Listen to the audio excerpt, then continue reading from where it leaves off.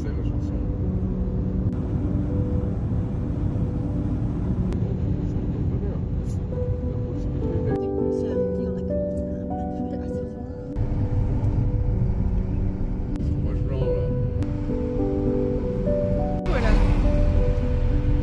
Ils ont besoin de mettre un panneau de 8 mètres carrés Generali.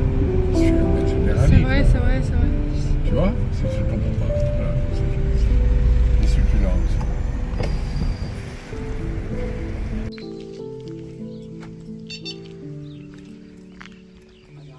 Bonjour à tous, je vous retrouve dans un petit village niché au cœur des Alpes françaises.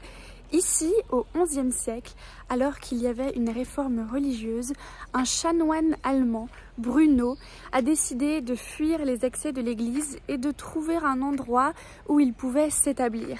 Il a donc obtenu un petit morceau de terre dans le massif de la Chartreuse. Ici, on n'est pas très loin de Grenoble. Et il a décidé d'établir l'ordre des Chartreux, un ordre de moines qui a décidé de faire vœu de silence et qui fabrique une liqueur mondialement connue, la Chartreuse.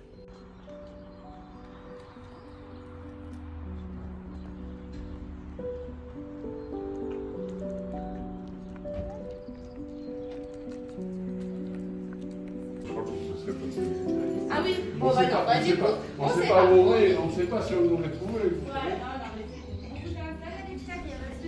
C'est très bien. Non mais regardez, j'y crois pas. Vous voyez ce que je vois là? Qu'est-ce que c'est? Qu'est-ce que c'est cet animal? Ouais, c'est un mélange entre un panthère et un coca. Excusez-moi, c'est des chèvres? Il y a des lamas et Des lamas? Ah, c'est des lamas, ah oui d'accord. Ah ouais.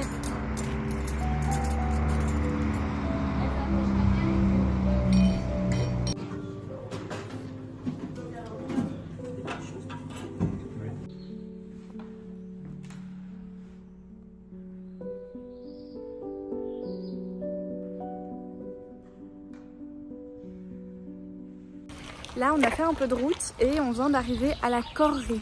La Correrie, c'est l'endroit où vivaient, où logeaient les moines laïcs. Et maintenant, c'est un musée. C'est devenu un musée. Donc, je vais vous montrer un petit peu à quoi ça ressemble. Déjà, vous entendez le chant des oiseaux?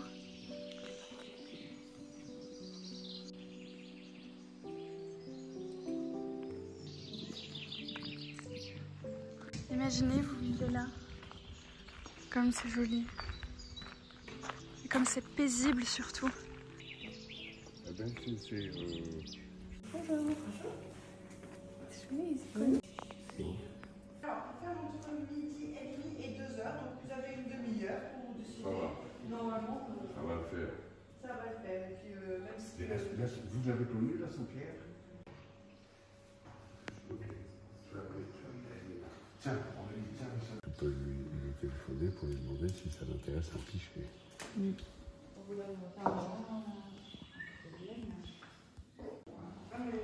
Là, on a des confitures d'une abbaye, l'abbaye de la Trappe des Gardes, parce que ces gens-là, il faut bien qu'ils vivent. Donc pour vivre, ils produisent des confitures, du miel, des biscuits, de l'alcool qu'ils vendent.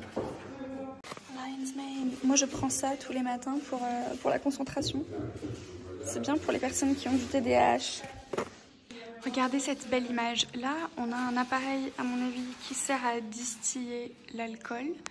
Et on a un champ avec un moine à droite et une personne laïque à gauche.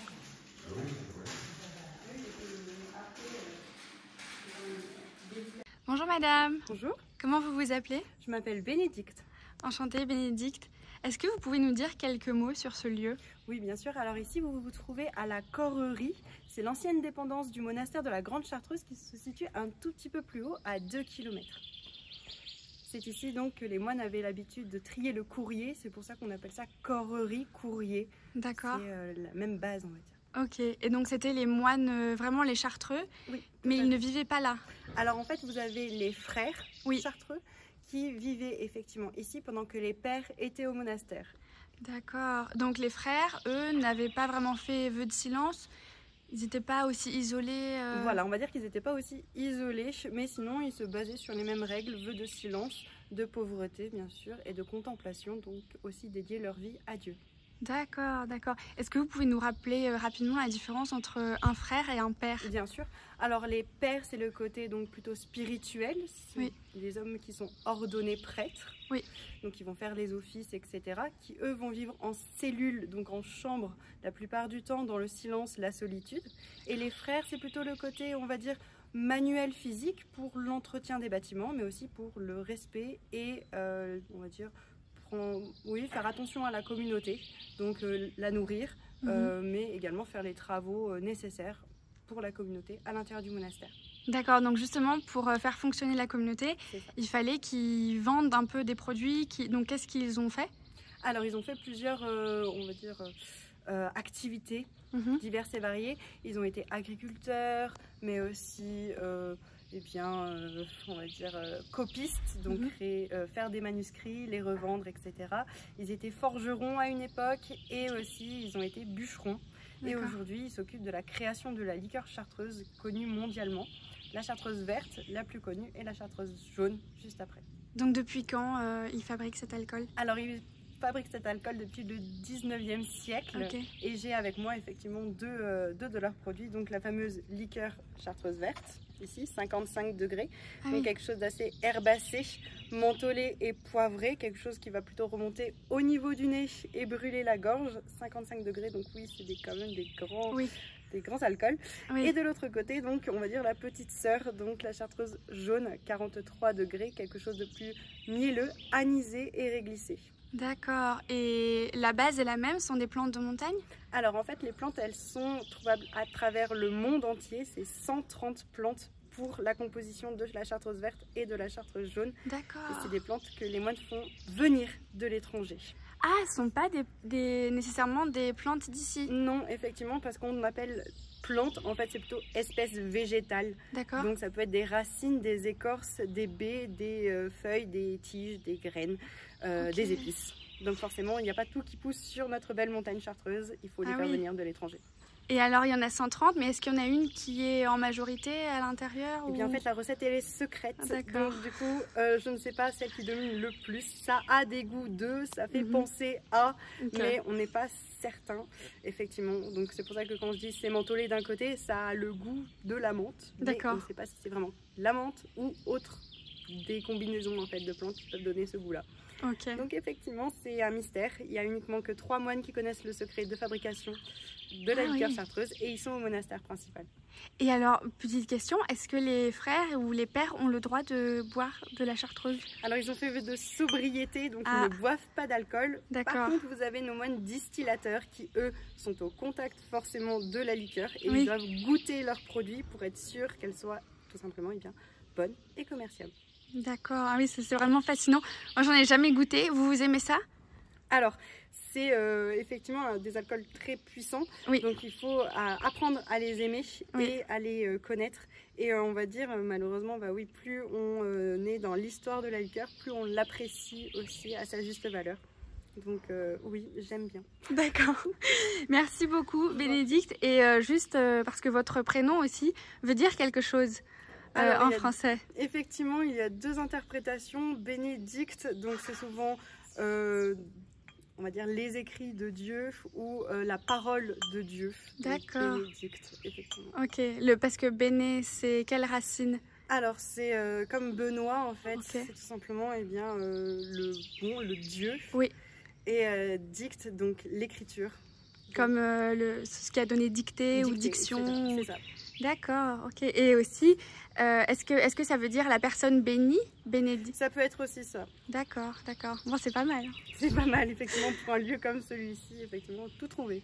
C'est super. Merci beaucoup, Bénédicte. Merci à vous. Et si c'était vous, vous prendriez la verte ou la jaune? Ah, mais c'est quand même sacrément costaud, hein. C'est sacrément alcoolisé.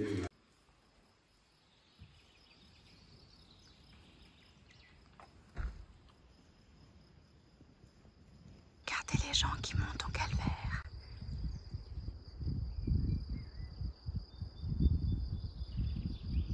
Le calvaire à l'origine, c'est la colline où Jésus a été crucifié. Et maintenant, ça signifie une épreuve longue, douloureuse, pénible. Vraiment une épreuve éprouvante. Là, on arrive au monastère. Il faut parler tout doucement parce que c'est une zone de silence et de recueillement. Trop beau.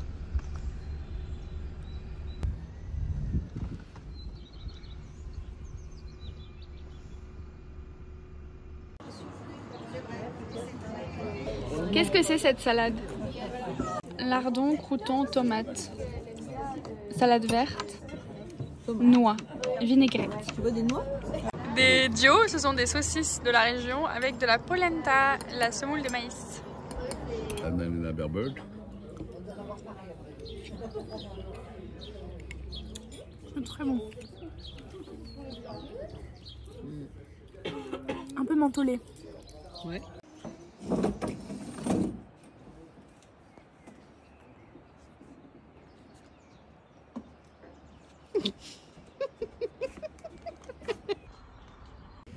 Alors mes amis, nous venons d'arriver à une fromagerie ferme et je peux vous dire que ça se sent, voilà, je sais que vous ne pouvez pas le sentir à travers l'écran, mais là je sens bien la bouse de vache et je vois des petits veaux trop mignons qu'on aimerait bien caresser, ils sont trop mignons, ils sont trop jolis.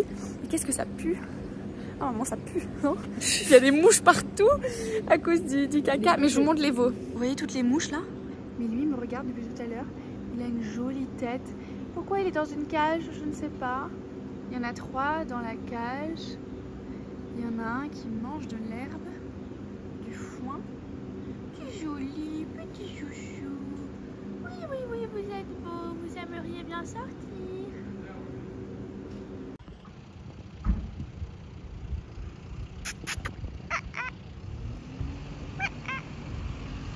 Donc on va voir la fromagerie pour acheter un petit peu de fromage.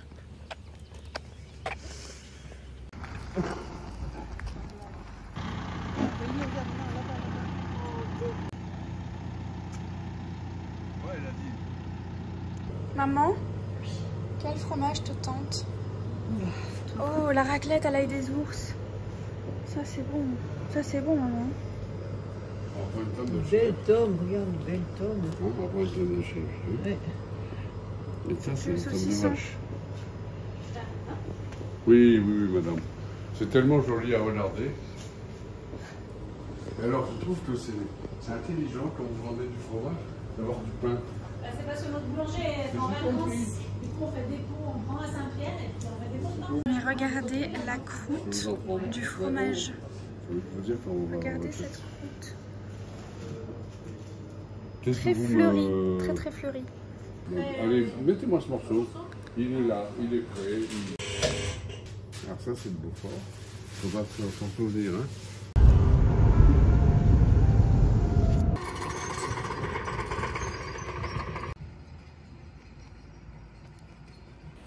Là, on a trouvé un petit coin à l'ombre, un petit endroit à l'ombre. Et on va manger nos fromages blancs qu'on a achetés ce matin à la coopérative laitière. Donc de bons fromages blancs au lait cru. J'ai pas de cuillère. C'est pas grave.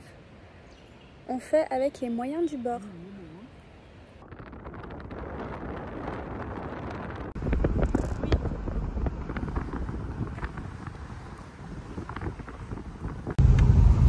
Tu vois, en fait, c'est des vieux lignages. En fait, si tu veux comprendre des choses sur voilà, comment c'était il y a 1000 ans, et ça ne change pas beaucoup. L'autre jour, on a vu la carte de la Sardaigne. Oui.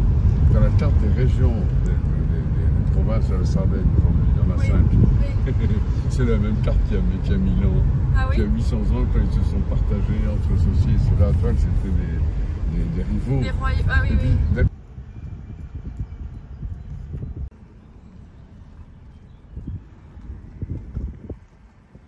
Regardez la belle boulangerie-pâtisserie salon de thé. Tournez, courage!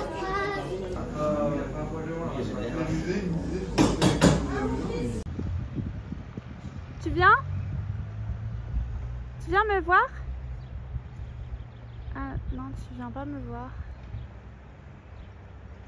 Vous imaginez? Rejeté par un lama.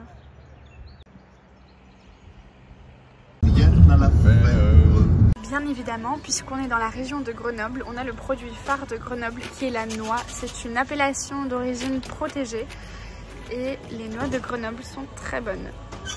Nous venons d'arriver au monastère de Brou à Bourg-en-Bresse. Ça s'écrit Bourg-en-Bresse, mais on prononce Bourg-en-Bresse. Je vous montre tout de suite.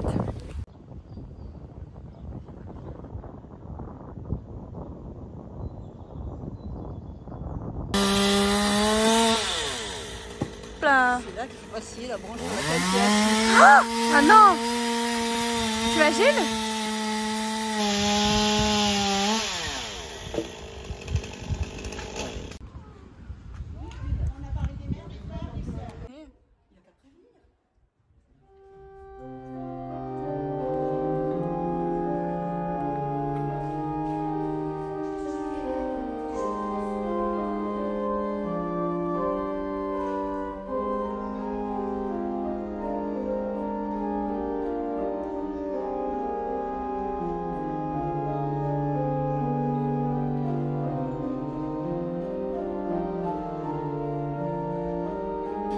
Là, on voit bien que tous les rois et reines des différents pays d'Europe s'alliaient, ils se mariaient entre eux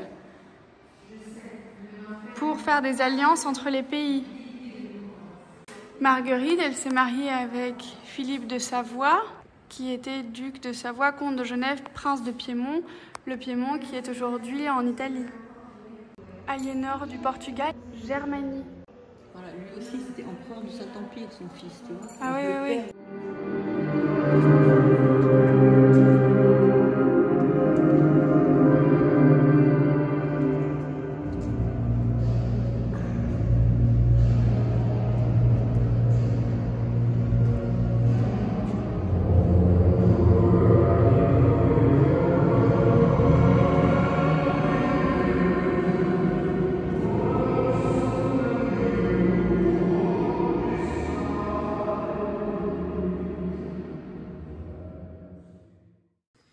Ok, question à 1 million. Salut les vaches, salut. Est-ce que c'est hypocrite d'aimer les animaux et de les manger? Est-ce que c'est hypocrite d'aimer les vaches et de manger du bœuf? Ça fait de la peine quand même. Hein. Si on prend leur lait encore, ça va. Mais les manger quand même, elles sont tellement gentilles. Tellement douce.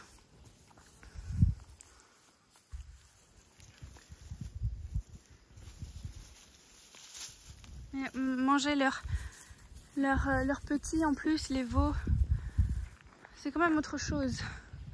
Regardez, il fait la sieste.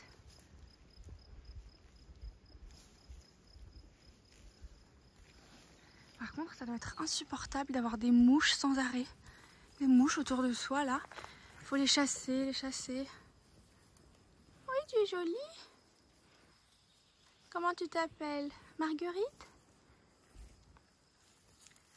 Marguerite, c'est le prénom typique de la vache. Ah, regardez, elle s'assoit.